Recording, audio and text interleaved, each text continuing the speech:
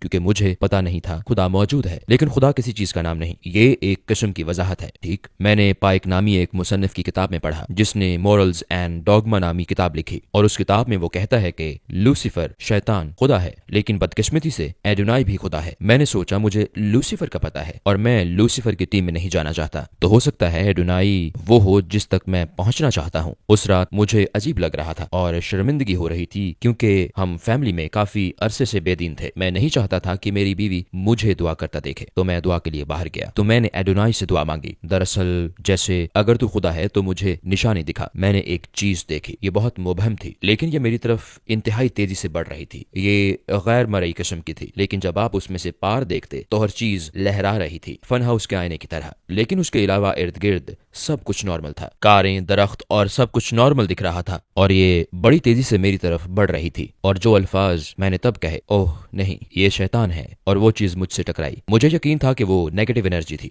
کیونکہ اس نے میری ساری انرجی لے لی، حتیٰ کہ میں سوچ بھی نہیں سکتا تھا کہ ہوا کیا ہے۔ میں بستر پر جا لیٹا اور پڑا رہا، اور میں 12 گھنٹے بعد جاگا، مدہوش سا، چکراتا ہوا اور درد میں ڈوبا سا۔ میں نے سوچا مجھے ایسا کیوں محسوس ہو رہا ہے، مجھے کیا ہوا تھا؟ اوہ ہاں، کل رات میں نے شیطان کو دیکھا تھا، مطلب یہ ضرور ٹھیک راستہ نہیں ہے۔ ٹھیک کہا، ایڈونائی وہ نہیں جس کی مجھے تلاش ہے۔ تو پھر اس کے بعد آپ نے کس سے دعا کی؟ باوجود اس کے کہ میں بائبل پر یقین نہیں کرتا تھا، مجھے لگا جیسے بادشاہوں، پوپس اور پادریوں نے اپنے اپنے مقاصد کے حصول کے لیے بائبل میں تبدیلیاں کی، لیکن ہو سکتا ہے پرانا صحیفہ درست ہو، یہوہ خدا ہو، اور ہو سکتا ہے تو اگلے دن دوپہر کو میں نے یہوہ سے دعا کی کہ مجھے کوئی نشانی دکھا، اور مجھے کچھ ہی سیکنڈ میں ایک فون کال آئی اور میری آئی ڈی باکس پر ایک نام اور نمبر آیا، تو میں گیا اور فون اٹھایا اور کہا ہیلو، اور دوسری طرف سے موجود شخص نے کہا مجھے کل رات ایک پیغام ملا کہ اس نمبر پر کوئی شخص مصیبت میں ہے۔ تو میں نے کہا بھائی یہ تو عجیب بات ہے، آپ کون ہیں؟ تو وہ بولا میں فلاں فلاں ہوں، باکس پر یہی نام آ رہا تھا، اور میں پادری ہوں۔ تو میں نے سوچا واہ بھائی، میں نے ابھی ہی یہوہ سے خدا کے بارے میں دعا کی تھی اور تم نے کال کر لی، یہ میری دعا کا نتیجہ ہے۔ دیکھو میں کھو چکا ہوں، الجھن کا شکار ہوں، خوف زدہ ہوں، مجھے وہ چیزیں دکھائی دیتی ہیں جو باقی لوگوں کو نہیں دکھتی۔ یہ میرے لیے انتہائی غیر معمولی بات ہے، مجھے خودکشی کے خیالات آتے ہیں، میں خودکشی کر سکتا ہوں، مجھے خدا کے بارے میں جاننا ہے۔ تو وہ بولا تم کہاں ہو؟ میں نے کہا میں روچسٹر میں ہوں۔ تو وہ بولا میں کل رات وہیں تھا، لیکن اب میں قریب 50 میل دور کسی دوسرے شہر میں ہوں۔ میں نے کہا کوئی بات نہیں، میں آدھے گھنٹے میں آ جاؤں گا، میرے بس 5 سوال ہیں، میں خدا کے بارے میں جاننا چاہتا ہوں، اور اس نے مجھے آنے سے منع کر دیا۔ تو میں نے کہا کل کے بارے میں کیا خیال ہے؟ تو وہ بولا میں مصروف ہوں، اور پھر اگلا دن مصروف تھا، اور بالآخر 10 دن بعد پر اتفاق ہوا۔ اس نے کہا ٹھیک ہے، ہم نے ملاقات طے کر لی، اور میں نے فون رکھ دیا۔ میں خوش تھا کہ بالآخر مجھے خدا کے بارے میں کچھ پتہ چلنے والا ہے۔ اور پھر میں نے کہا ایک سیکنڈ رکو، ذرا سوچو کہ ابھی ہوا کیا ہے۔ ٹھیک، اس آدمی نے سب سے پہلے کیا کہا تھا؟ اس نے کہا کہ اسے کل رات پیغام ملا تھا، اس نمبر پر کوئی مصیبت میں ہے۔ میں نے سوچا میرا گھر، یہ تو لینڈ لائن تھا۔ تو میں نے سوچا اچھا تو پھر ہوا کیا ہے؟ او ہاں، میں نے اس شیطان کو دیکھا جو میرے گھر آیا تھا، اور اس نے کہا تھا وہ کل رات روچسٹر میں تھا، میرا شہر، جب شیطان آیا تھا۔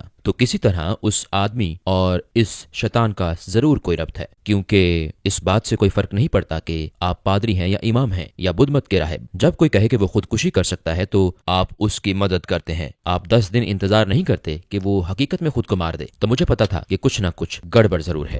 تو پھر کیا ہوا؟ کیا آپ نے پھر اللہ سے دعا کی؟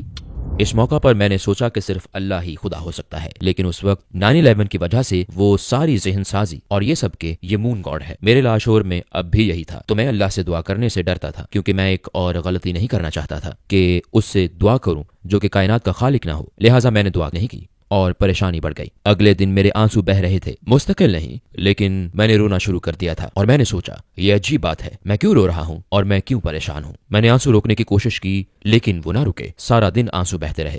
جمعے کی صبح میں اٹھا تو میرا بستر گیلا تھا، تو میں نے سوچا یہ کیا ہو رہا ہے؟ مجھے اندازہ ہوا کہ میں ساری رات روتا رہا ہوں، اس لیے بستر بھیگ گیا ہے۔ میرا بستر آنسوؤں سے تر ہے، انتہا کی پریشانی تھی، میں الفاظ میں بیان نہیں کر سکتا، میری بری حالت تھی۔ اس وقت ہمارے ذہن میں ویسے خیالات آتے ہیں جیسے آپ کے دماغ میں چل رہا ہوتا ہے۔ میں نے سوچا اس حالت میں جینے کا کیا جواز ہے؟ تو میں نے سوچا میں خود کو جانتا ہوں، یہ ٹھیک ہے، اس حالت میں جینے کا کوئی فائدہ نہیں، میں کیا کر سکتا ہوں؟ اور پھر میرے ذہن میں خیال آیا تمہیں خود کو مار دینا چاہیے۔ اور میں نے سوچا پتا ہے کیا، یہ ٹھیک ہے، اس سے میرا مسئلہ حل ہو جائے گا، میں خود کو مار کر اس پریشانی سے نجات پا سکتا ہوں۔ اور پھر میں اس کا بندوبست کرنے لگا کہ آپ خود کو کیسے مارتے ہیں، اور میں اس نتیجہ پر پہنچا کہ اس کا بہترین طریقہ بہت سی ڈرگز اکٹھی لینا ہے، آپ کو تکلیف نہیں ہوتی، پھر آپ جنگل کے بیچوں بیچ مر جاتے ہیں جہاں آپ کو جانور کھا سکتے ہیں اور آپ کا جسم ختم کر سکتے ہیں، اور یہ ایک آسان حل ہے۔ اور پھر مجھے ایک اور خیال آیا، ذہن میں آیا کہ مون کے بارے میں کیا خیال ہے، اور پھر میں دیوانہ سا ہو گیا۔ میں نے کہا اوہ یہ ٹھیک ہے، خدا واقعی موجود ہے، اگر تم خود کو مارو گے تو دوزخ میں جاؤ گے۔ میں نے سوچا مطلب جیسے اگر شیطان خدا ہے، جیسا کہ کچھ لوگ چاہتے ہیں کہ آپ ایسا مان لیں، اور میں خود کو مار دوں تو میں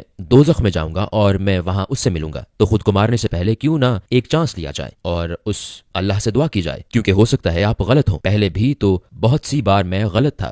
مجھے یاد ہے صبح کے 10 بجے تھے، جمعہ کی صبح، اور میں کھڑا ہوا، میری آنکھوں سے آنسو جاری تھے، اور میں نے کہا اللہ میں گم ہو چکا ہوں، میں الجھن کا شکار ہوں، مجھے ایسی چیزیں نظر آتی ہیں جو باقی لوگوں کو نہیں دیکھتی، میں اتنا پریشان ہوں کہ بیان نہیں کر سکتا، اور میں خود کو مار دینے پر تیار ہوں، اور اگر تو خدا ہے تو یہ جانتا ہے، مجھے نہیں پتا کہ مجھے یہ اونچی آواز میں کیوں کہنا چاہیے، میں نہیں جانتا تو نے ابھی تک میری مدد کیوں نہیں کی، لیکن میں تجھ سے بھیک مانگ رہا ہوں، اگر تو خدا ہے تو مدد فرما، مجھے کوئی نشانی دکھا، میری مدد کر۔ اور عین اسی وقت مجھے لگا جیسے میرا دل ایک غبارہ ہو اور اللہ تعالیٰ اس میں ہوا بھر رہا ہو، اور اس سے واقعی میرا سینہ پھیل گیا، اور یہ کسی ایسی چیز سے بھر گیا جسے میں محبت ہی کہہ سکتا ہوں، اور یہ ایک سائن ویو کی طرح میرے دل سے باہر نکلے۔ یہ بہت عجیب تھا، لیکن اس کے ساتھ ساتھ سائنسی بھی تھا، اور میں اسے محسوس کر سکتا تھا، میرے دل سے میرے ہاتھوں کی طرف، اور اوپر سر کی طرف، اور مڑ کے پیچھے کمر کی طرف، اور یوں تھا جیسے محبت کی لہروں نے میرے جسم کو پر کر دیا ہو، سوائے میرے دل کے۔ دل جیسے ایک ستارے کی طرح تھا، جیسے اسے محبت کی شدت نے روشن کر دیا تھا۔ یہ تھوڑے سے وقت کے لیے تھا، یہ وہ پہلا لمحہ تھا جب مجھے پتا چلا کہ خدا اللہ ہے۔ مجھے اسلام کے بارے میں کچھ بھی نہیں پتا تھا، لیکن مجھے پتا تھا کہ خواہ کچھ بھی ہو، میں اللہ کی ٹیم میں آنا چاہتا ہوں، اس کا جو بھی مطلب ہو میں اس میں شامل ہوں۔ تو آپ نے اس کے بعد کیا کیا؟ وہاں ایک ریسٹورینٹ تھا جسے کچھ پاکستانی لوگ چلاتے تھے، ان کا کھانا بہت اچھا تھا، اور میں نے دیکھا تھا کہ وہ مسلمان ہیں، میں پہلے وہاں گیا تھا، تو میں اسلام کے بارے میں سیکھنے کے لیے وہاں گیا، تو انہوں نے مجھے ایک آدمی سے ملایا، میں جیسے اسلام قبول کر چکا تھا، مجھے پرواہ نہیں یہ کیا ہے، میں مسلمان ہوں، اللہ میرا خدا ہے، مجھے بس یہ پتا ہے، مجھے مسلمان کر دو، مجھے کیا کرنا ہے، کیا میرا خون لینا ہوگا، ہم کیا کرنے والے ہیں، میں دستخط کر دوں گا، تمہیں پتا ہے میں کہاں دستخط کروں؟ نہیں، یہ سیدھا سادہ ہے، یہ بہت سیدھا سادہ ہے، آپ بس اقرار کریں اپنے دل سے کہ اللہ میرا رب ہے اور پیغمبر محمد صلی اللہ علیہ وسلم اللہ کے رسول ہیں۔ تو میں نے کہا ٹھیک ہے، چلو میں اقرار کرتا ہوں۔ تو اس نے کہا سنو، کچھ اور چیزیں ہیں جن کا ہمیں پتا ہونا چاہیے، اور اس نے اسلام کے 5 ستونوں اور 6 کلموں کے بارے میں بتایا، اور میں جیسے مسلمان ہو گیا، مجھے اس کے بارے میں ذرا بھی سوچنا نہیں پڑا، اور اس نے کہا یہ اہم ہے، کیا آپ اس بات کو سمجھیں کہ قرآن ہمارے خالق کے اصل الفاظ ہیں؟ اور میں نے کہا واہ واہ واہ واہ واہ واہ، میں کیسے مان لوں؟ یہ دیوانوں والی بات لگتی ہے، ہمارے خالق نے اپنے الفاظ میں یہ ہمیں دیا۔ جیسے کہ کرسچن بیک گراؤنڈ سے آنے کی وجہ سے یہ بات مجھے معقول نہیں لگی، کیونکہ میں نے کبھی نہیں سوچا تھا کہ بائبل خدا کے اپنے الفاظ ہیں، ٹھیک، میرا مطلب ہے ہمیں بتایا گیا تھا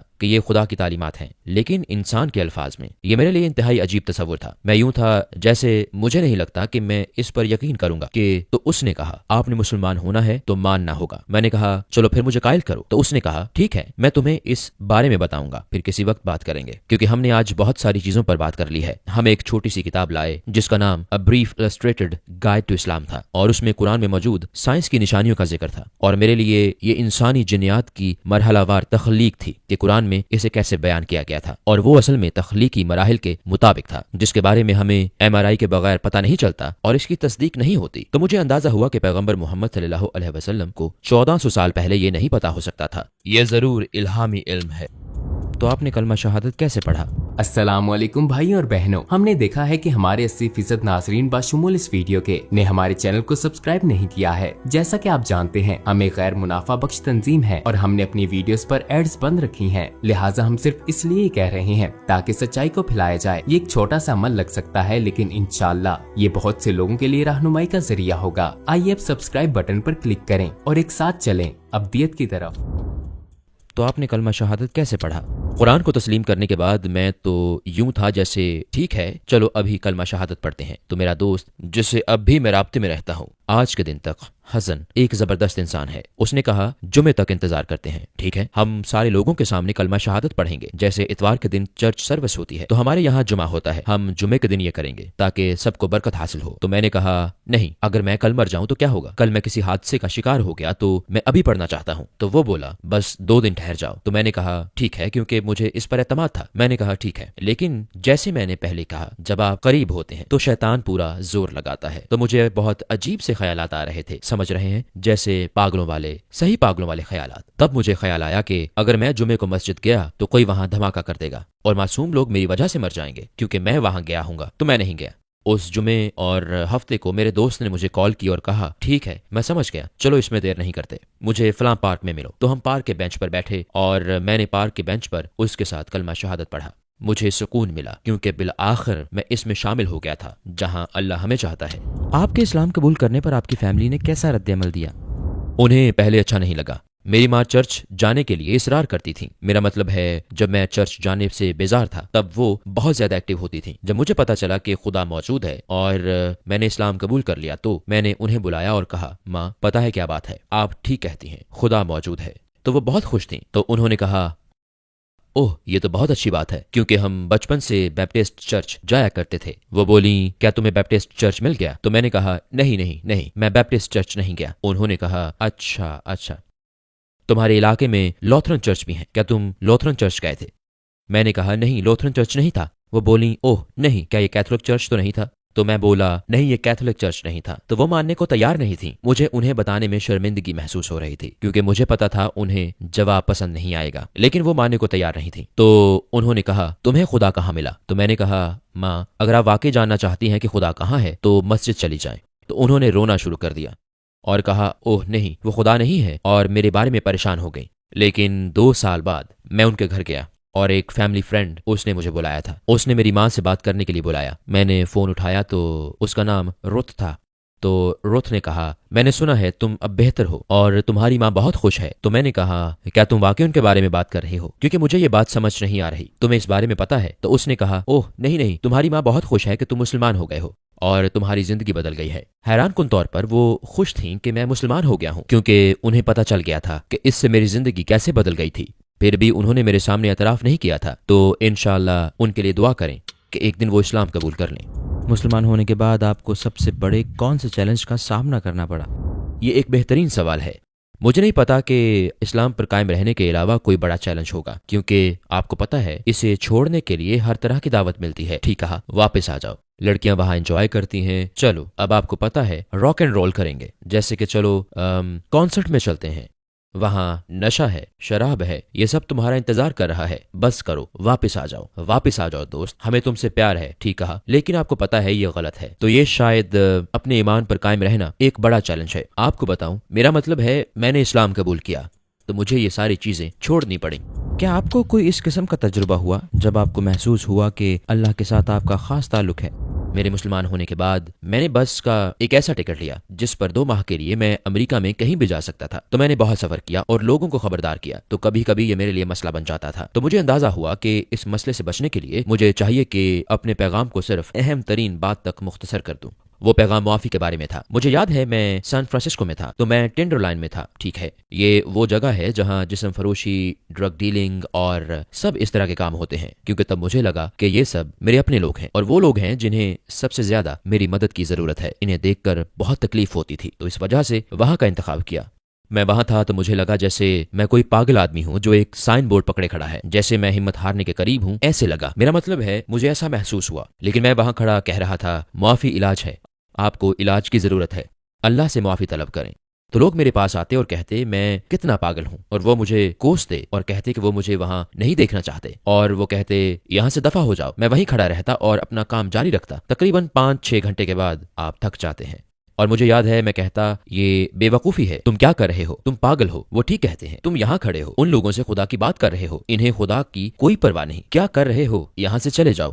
اور یہ وہ لمحہ تھا، پہلے دن جب میں مڑا تو وہاں ایک بوڑھی عورت کھڑی تھی، وہ بولی آپ کا شکریہ، جو کچھ تم کر رہے ہو اس کے لیے شکریہ۔ اور مجھے لگا ٹھیک ہے اللہ،